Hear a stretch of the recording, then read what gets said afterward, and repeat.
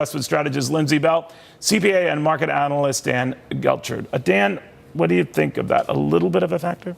I think it is. I think the bigger picture here, Neil, is the market is looking at whether the president can keep his party together. It's not necessarily about Kavanaugh. It's on the other issues, the other economic issues, potentially tax cuts 2.0. Can the president keep his party united? I think that's the message that the market is reading into this with what happened with Kavanaugh. And this is certainly united Republicans on a political basis, and you could argue that does sort of reinforce the things that the street wants. But what do you think? Yeah, no, I mean, I think I agree with what Dan is saying. It's about keeping the party together. That keeps certainty within the markets. And we all know that's what the stock market wants, is certainty, right? But you did see there are some slight underlying indicators that this case, this hearing, and the Supreme Court nomination is having an impact on the markets. The day of the hearing, you saw volumes drop significantly. Right, they all ran to the television screen. TVs, yeah. So. Kristina, when you talk to traders, you talk to the investors, what are they saying about this back and forth trade? Well, because I was on the New York Stock Exchange reporting yesterday all day. And yes, it was on all the screens, but that's because they're either watching Fox Business or CNBC or Bloomberg, and everybody was playing it.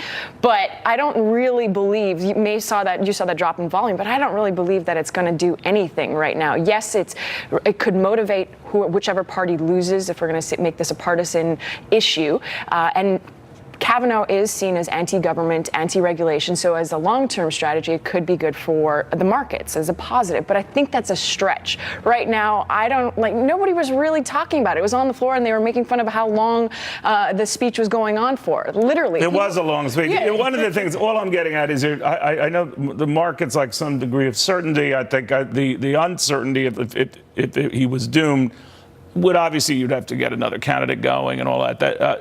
Would that have been sort of like one of these so-called black swan developments? So the markets, they didn't see it coming. Yeah, I think so. I really think that in spite of there were some blips along the way, Neil, I think the market really expected that this was ultimately going to go through.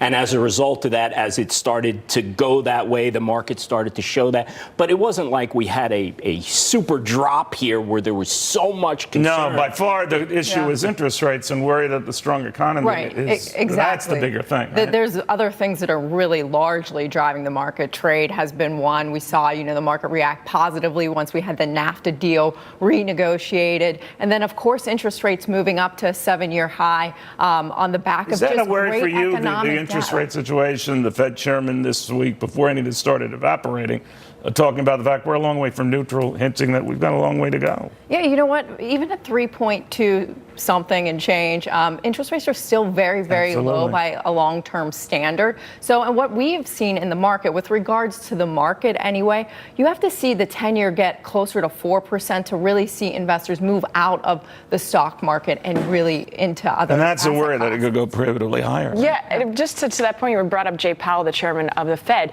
There was a study that came out from JP Morgan very recently where they looked at how the markets dropped after he spoke, and they calculated markets lost $1.5 trillion after he gave his 3 speeches. They just accumulated it. But overall, obviously an uptick. So it's interesting, just numbers. All right, guys, thank you very much. See you soon. Again, we're waiting for the vote here, the little protest that's